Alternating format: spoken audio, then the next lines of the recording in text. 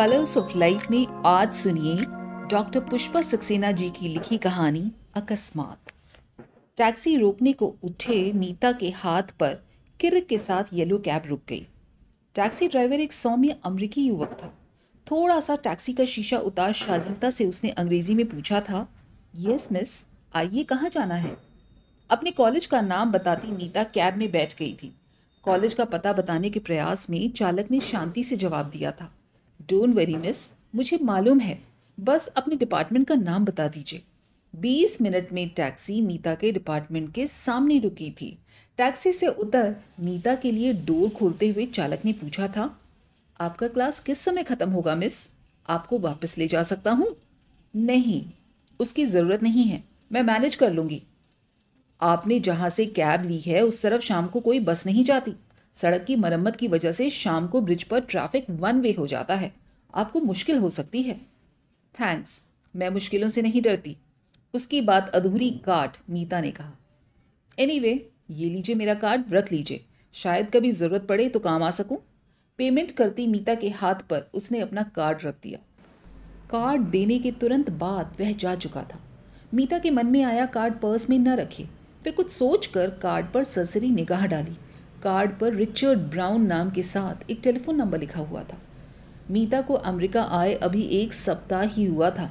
बेटी को अमेरिका भेजते पापा और मम्मी को यही संतोष था कि पापा के एक मित्र का पुत्र राजीव अपने परिवार के साथ इसी शहर में रहता था। 4-5 दिन राजीव के घर रहती मीता को पूरे परिवार ने इस तरह से अपना लिया था मानो वे उसे बहुत पहले से जानते थे। राजीव की पत्नी नीरा और 5 वर्ष की बेटी नेहा मीता के आने से बेहद खुश थीं। मीता के आग्रह पर राजीव ने अपने घर के पास ही मीता के लिए एक अपार्टमेंट अरेंज कर दिया था। राजीव के परिवार के पास अपार्टमेंट लेने से मीता नए शहर में अपने को अजनबी महसूस नहीं कर रही थी। एक बात तो मीता की समझ में आ गई, अमेरिका में कार के बिना जीवन गतिहीन है। जल्दी ही उसे ड्राइविंग स्कूल ज्वाइन करना होगा। आज उसने अपने आप कॉलेज जाने का निश्चय किया। राजीव ने बताया था नियत समय पर एक बस यूनिवर्सिटी के विद्यार्थियों को बस स्टैंड से लेकर जाती है। लौटने के लिए भी एक नियत समय पर वह वापस आ सकती है। अगर बस मिस हो गई तो टैक्सी ले सकती है। आज अपार्टमेंट की चाबी खोजते मीता बस के लिए लेट हो चुकी थी, पर जल्दी ही टैक्सी मिल जाने से वह समय पर पहुंच गई। एमबीए करने आई मीता को अपने डिपार्टमेंट बहुत अच्छा लगा। प्रोफेसर के लेक्चर उसे प्रभावित करने में पूर्ण सक्षम थे। मीता के साथ अमेरिकी और कुछ बाहर के देश के विद्यार्थी भी थे। मीता का साथ की लड़कियों के साथ परिचय बढ़ने लगा। उसने साथियों ने उसे आसानी से अपना लिया। यह निश्चित था, अमेरिका में जाति धर्म का कोई भेदभाव नहीं था। मीता ने महसूस किया यहाँ अधिकांश विद्यार्थी पढ़ाई के लिए बहुत सीरियस थे। क्लास डिस्कशन में सबकी भागीदारी होती, आपस में सब सहज और खुले मन से बातें करते। मीता सोचती अमेरिका आकर उसने गलती नहीं की। आज प्रोफेसर मॉरिस ने अपने लेक्चर के बाद लाइब्रेरी में कुछ अच्छी रेफरेंस बुक्स के नाम भी दिए थे। मीता उन किताबों को लेने लाइब्रेरी पहुंची, पर अभी उसका लाइब्रेरी कार्ड नहीं बना था। किताब लेकर लाइब्रेरी के एक कोने में बैठ मीता किताब पढ़ने लगी। अपनी तल्लीनता में मीता को समय का अंदाज़ा ही नहीं हुआ। बाहर आने पर अंधेरा देख मीता समझ गई उसकी बस नियत समय पर जा चुकी थी। यूनिवर्सिटी के बस स्टैंड पर 4-5 लड़के किसी बस की प्रतीक्षा कर रहे थे। मीता ने जब उनसे अपने अपार्टमेंट की ओर जाने वाली बस या टैक्सी के बारे में पूछा तो उन्होंने वही सूचना दी जो सवेरे रिचर्ड ने दी थी। मीता के पास किसी और टैक्सी का नंबर भी नहीं था। अंततः उसने रिचर्ड को कॉल किया। रिचर्ड, मैं मीता बोल रही हूँ। सवेरे मुझे कॉलेज लेने आए थे ना, क्या मुझे वापस ले जाने को आ सकते हो? माय प्लेजर, 10 मिनट में पहुँच जाऊँगा मिस, बस स्टैंड पर वेट कीजिएगा। येलो कैब आती देखकर मीता ने आश्वस्ति की सांस ली। यह सच था, उसका अपार्टमेंट शहर के बाहरी हिस्से में पड़ता था, पर राजीव का घर पास होने से उसे उनका बड़ा सहारा था। थैंक्स, आप इतनी जल्दी कैसे पहुंच गए? कैब में बैठती हुई मीता ने पूछा। मैं कंप्यूटर डिपार्टमेंट में काम कर रहा था, आपकी परेशानी का अंदाज़ा था मुझे, फ़ोन मिलते ही आ गया। Computer department? कंप्यूटर डिपार्टमेंट में तुम क्या कर रहे थे? मीता विस्मित थी। आजकल कंप्यूटर के बिना काम ही नहीं चलता, अच्छी नौकरी की कोशिश में हूँ। तुमने कहाँ तक पढ़ाई की है? मीता ने जानना चाहा। आप जितना लकी तो नहीं हूँ जिन्हें माँ बाप का सहारा मिलता है। अपनी मेहनत से जितना पढ़ पा रहा हूँ पढ़ रहा हूँ। उसकी आवाज़ में उदासी थी। अपनी हिम्मत से आगे बढ़ने की कोशिश कम लोग ही कर पाते हैं, मीता ने तसल्ली दी। शुक्रिया, आपकी बात से मुझे बहुत हौसला मिला है, उसने हिंदी में कहा। क्या तुम हिंदी बोल सकते हो? मीता का कौतूहल बढ़ता ही जा रहा था। थोड़ी सीख रहा हूँ, अभी ज़्यादा नहीं सीख पाया हूँ, पर एक दिन अच्छी हिंदी बोल सकूँगा। तुम हिंदी क्यों पढ़ना चाहते हो? मेरे बाबा हिंदुस्तान में बहुत साल रहे थे, उनसे इंडिया की इतनी बातें सुनी हैं कि मुझे भी एक बार हिंदुस्तान ज़रूर जाना है।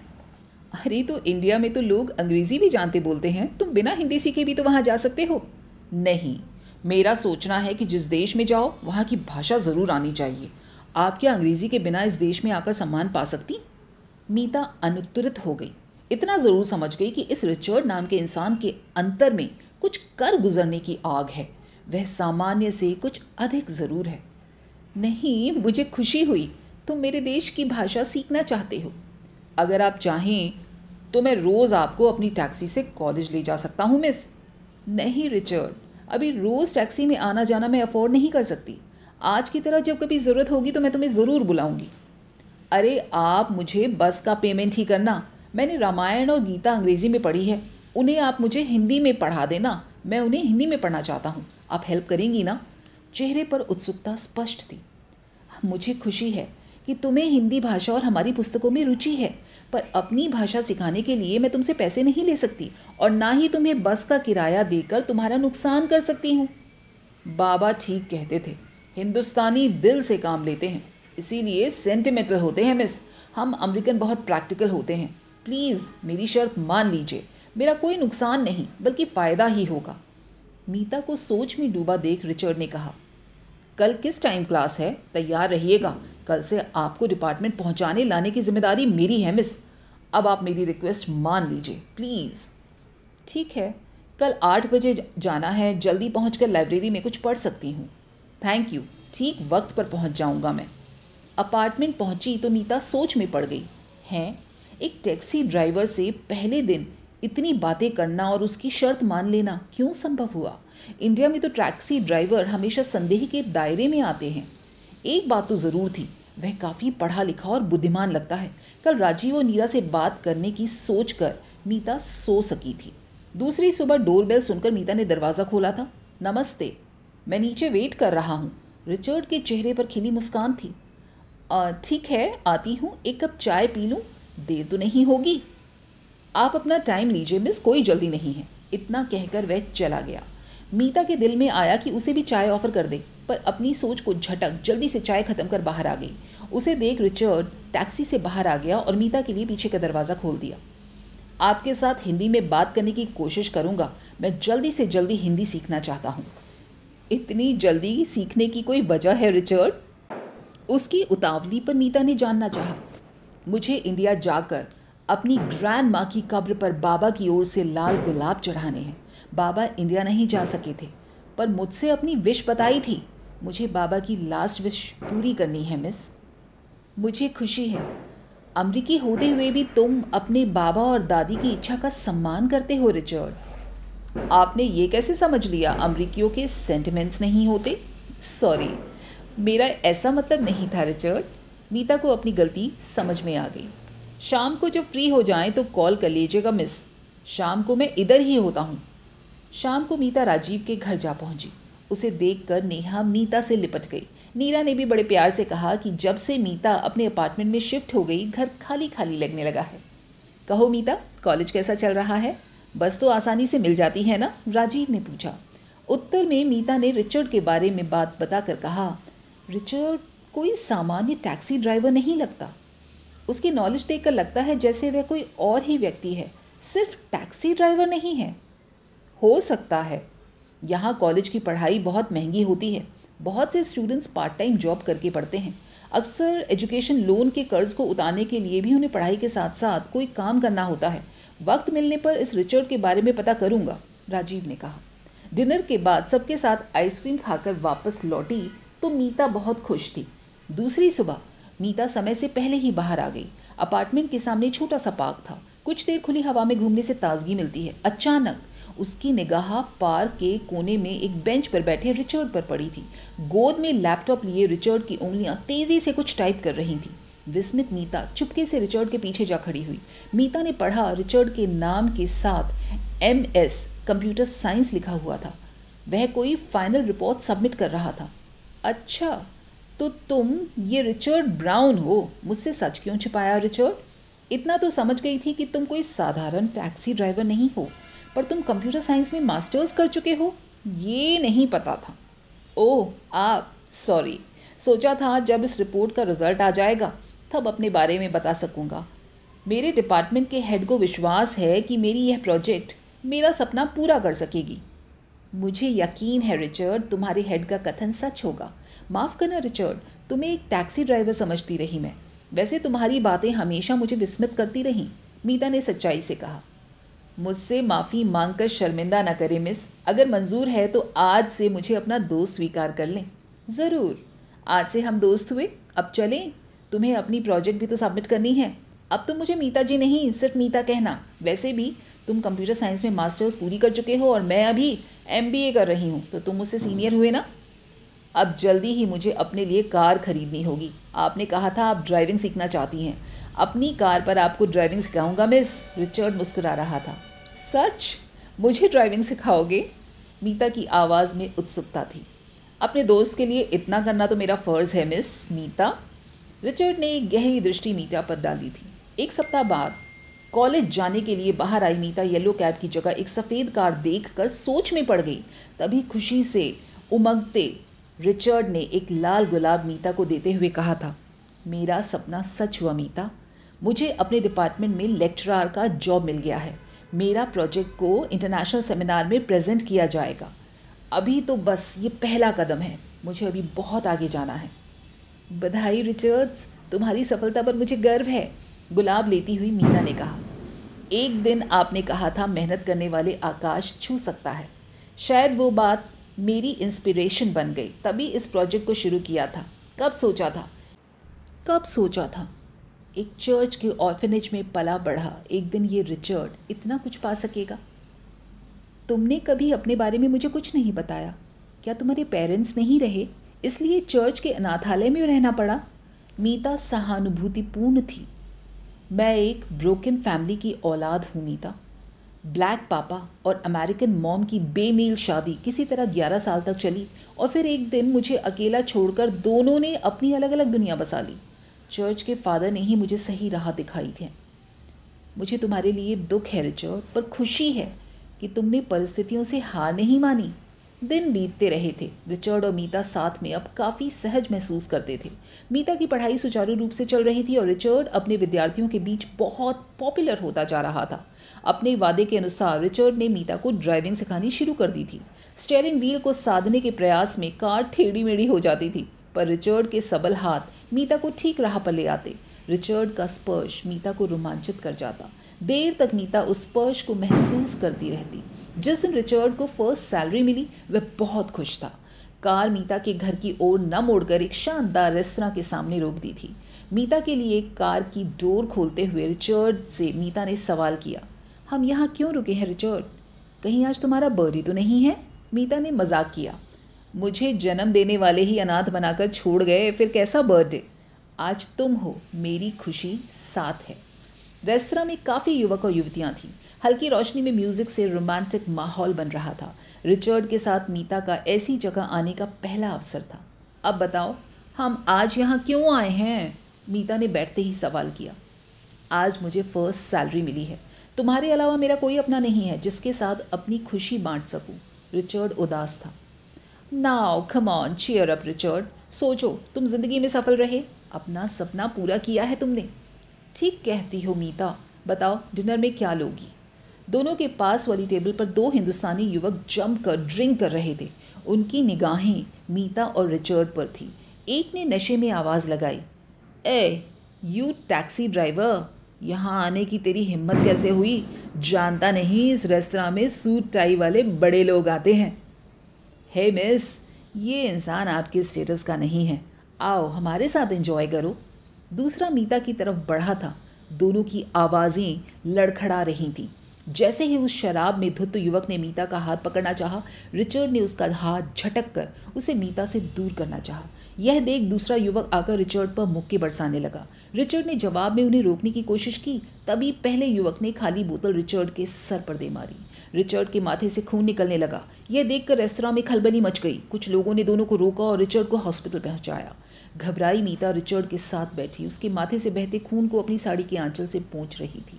रिचर्ड का घाव साफ कर बैंडेज कर दी गई। डॉक्टर की राय थी कि रिचर्ड को रात में हॉस्पिटल में ऑब्जर्वेशन के लिए रखा जाना चाहिए। रिचर्ड के लाख कहने पर भी मीता घर लौटने को तैयार नहीं हुई। उसी के कारण रिचर्ड घायल हुआ था। रिचर्ड की चोट से मीता की आंखें छल छला आई।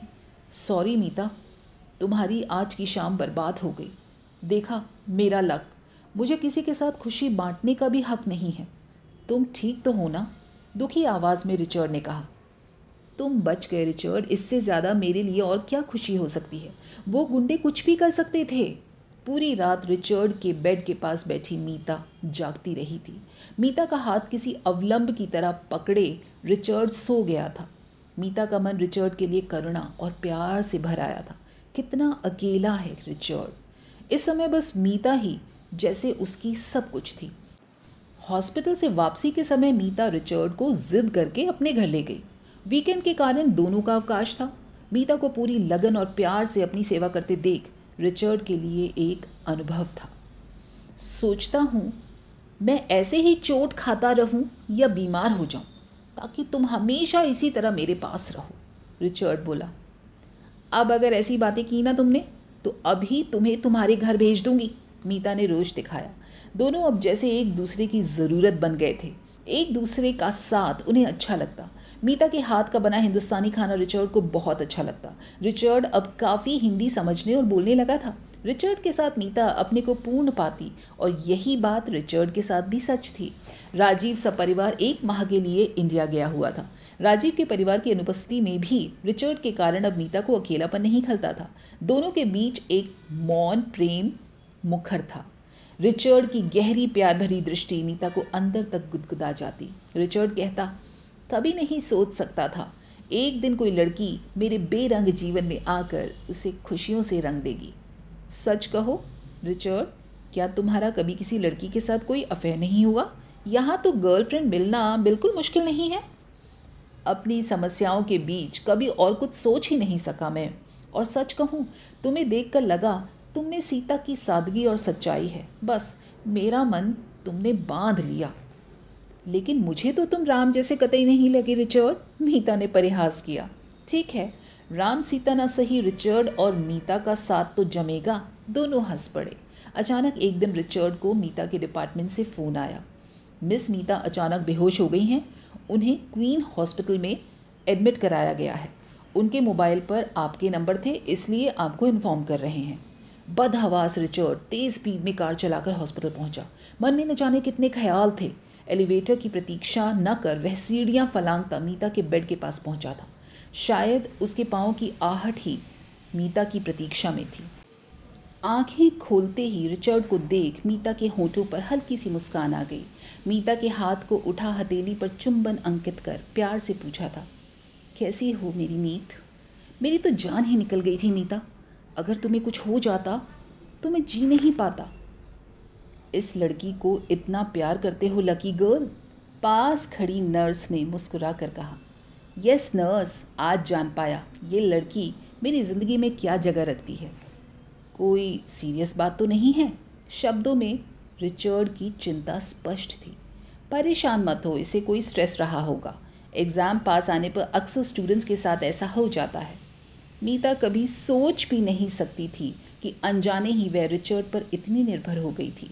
बेहोशी खुलते ही उसके मन में बस रिचर्ड का ही ख्याल था। रिचर्ड को सामने देख जैसे वह जी गई थी। उसके लिए रिचर्ड कुछ भी करने को तैयार रहता था।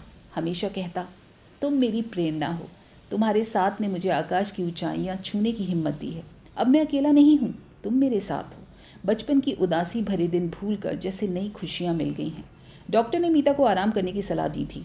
रिचर्ड ने मीता को इस सावधानी से कार में बिठलाया मानो वह कांच की गुड़िया हो जो ज़रा सा हिलते ही टूट जाएगी। मीता के घर पहुंच मीता को बेड तक उसी सावधानी से सहारा देकर ले गया। उसे परेशान देख मीता ने कहना चाहा, तुम बेकार परेशान हो रहे हो रिचर्ड, अब मैं बिल्कुल ठीक हूँ। देखो मीता, अब तुम अपनी ज़िंदगी से इस तरह खिलवाड़ नहीं कर सकती। तुम्हारी ज़िंदगी पर मेरा भी अधिकार है। बस अब तुम आराम करो, मैं तुम्हारे लिए गर्म कॉफ़ी लेकर आता हूँ। रिचर्ड, अब तुम घर जाओ, कल तुम्हें क्लास भी लेना है। आज रात तुम्हें छोड़कर मैं कहीं नहीं जा सकता। मुझे ज़मीन पर सोने की आदत है, यहीं नीचे सो जाऊँगा।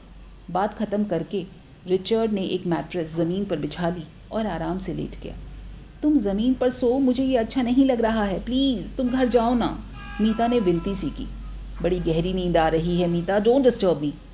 मीता की आंखों से नींद कोसों दूर थी। ये क्या हो रहा है उसके दिल में? ज़मीन पर सो रहे रिचर्ड के लिए ढेर सारा प्यार उमड़ रहा था। अपने घर परिवार से हज़ारों मील दूर ये अजनबी कैसे उसका इतना अपना हो गया था? उसे याद आ रहा था, पहले ही दिन मीता ने उसमें कुछ अनोखा देखा था। उसका बचपन कितना दुखद था, पर उसने अपने को टूटने नहीं दिया। बचपन के सुहाने मस्ती भरे दिनों में वह अपने को स्थापित करने के लिए संघर्ष करता रहा। आज वह एक सफल कंप्यूटर विशेषज्ञ है। सुगठित शरीर के साथ उसका सौम्य चेहरा कितना निष्पाप लगता है। उसे पाकर कोई भी लड़की अपना भाग्य सराहेगी। अचानक मीता चौंक गई। क्या उसके पेरेंट्स रिचर्ड को अपना दामाद स्वीकार कर सकेंगे? अचानक डोरबेल बज उठी। इतनी रात में कौन आ सकता है? डोरबेल लगातार बजी जा रही थी। रिचर्ड उठकर बैठ गया, मीता भी उठ गई। उसकी आंखों में भय था। डरो मत मीता, मैं देखता हूँ। दरवाज़ा खोलते ही एक पुरुष के साथ एक स्त्री खड़ी थी, साथ में एक सूटकेस भी था। आप कौन? इस समय यहाँ किसके पास आए हैं? मीता, ये मीता का ही घर है ना? पुरुष ने कड़ी आवाज़ में पूछा। जी हाँ, आज उनकी तबीयत खराब है। आप उन्हें कैसे जानते हैं? रिचर्ड की बात का जवाब दिए बिना पुरुष और स्त्री तेज़ी से घर में प्रविष्ट हो गए। पापा, मम्मी, आप यहाँ अचानक? सब ठीक तो है? मीता पूरी तरह से जाग उठी थी। सब ठीक क्या खाक होगा? हम तो समझते थे तू यहाँ पढ़ाई कर रही है, पर तू तो यहाँ हमारे खानदान का नाम डुबो रही है। शर्म नहीं आती? इस आवारा के साथ एक कमरे में रह रही है। मीता के पापा दहाड़े। आप गलत समझ रहे हैं पापा, रिचर्ड आवारा नहीं, यूनिवर्सिटी में प्रोफेसर है। आज मुझे हॉस्पिटल में एडमिट कराया गया था। रिचर्ड मेरी मदद के लिए यहाँ रुका है। मीता ने सफाई देनी चाहिए। बकवास बंद कर, तेरे लक्षण हमें इंडिया में ही पता लग गए थे। भला हो राजीव का, उसने हमारी आंखें खोल दी। कैसे तू यहाँ एक टैक्सी ड्राइवर के साथ प्रेम की पींगे बढ़ा रही है? हम तुझे वापस ले जाने आए हैं। माँ की आंखें क्रोध से लाल हो उठी थी। अच्छा, तो राजीव ने आधी अधूरी जानकारी देकर आपको भड़काया है? राजीव तो जानते थे रिचर्ड अब प्रोफेसर हैं। उन्होंने ही मुझे समझाया था कि पढ़ाई का कर्ज चुकाने के लिए यहाँ रिचर्ड की तरह बहुत से लोग, बहुत से स्टूडेंट्स पार्ट टाइम जॉब करते हैं। प्लीज़ आप लोग शांत हो जाइए। हमने कोई गलत काम नहीं किया है। हम दोनों एक दूसरे से सच्चा प्यार करते हैं। पूरी बात न समझ पाने पर भी रिचर्ड ने कहना चाहा। Shut up and get out, पापा ने तेज़ आवाज़ में धमकाया। रिचर्ड, तुम चले जाओ, तुम्हारा अपमान और नहीं सह सकती मैं। पर मीता, मुझे एक्सप्लेनेशन देने दो, मैं यहाँ क्यों रुका था? कोई फ़ायदा नहीं होगा रिचर्ड, ये लोग अभी कुछ सोचने समझने की स्थिति में नहीं हैं। मुझे बात करनी होगी, मुझ पर यकीन रखो रिचर्ड, अभी तुम जाओ प्लीज़, मीता ने कहा। मैं इसी शर्त पर जा सकता हूँ कि तुम इन लोगों द्वारा इमोशनल ब्लैकमेल करने की कोशिश या धमकाने में मुझे छोड़ कर नहीं जाओगी। तुम्हें मेरे प्यार की सौगंध है मीता, वादा करो किसी भी हालत में कमज़ोर नहीं पड़ोगी। मैं तुम्हारे साथ हूँ और हमेशा रहूँगा। वादा करती हूँ रिचर्ड, मैं तुम्हारी हूँ। तुम अपने को और अपमानित मत होने दो, प्लीज़ जाओ। मीता पर एक दृष्टि डाल रिचर्ड बाहर चला गया। उसके चेहरे पर परेशानी साफ झलक रही थी। उसके जाते ही पापा और माँ ने मीता पर अपशब्दों की बौछार करनी शुरू कर दी। मीता के आंसुओं पर उनका कोई असर नहीं हुआ। उनकी उस मनः स्थिति में कुछ भी समझा पाना असंभव था। बहुत हो गया, अपना सामान पैक कर और हमारे साथ चलने की तैयारी कर। पापा प्लीज़, मेरा MBA कैसे कंप्लीट होगा? पापा प्लीज़ मेरी बात तो सुन लीजिए। मुझे कुछ नहीं सुनना है, बहुत कर ली तूने पढ़ाई। पापा ने अपना निर्णय सुना दिया था। मैंने सोचा नहीं था मेरी कोख से ऐसी कुलच्छनी जन्म लेगी।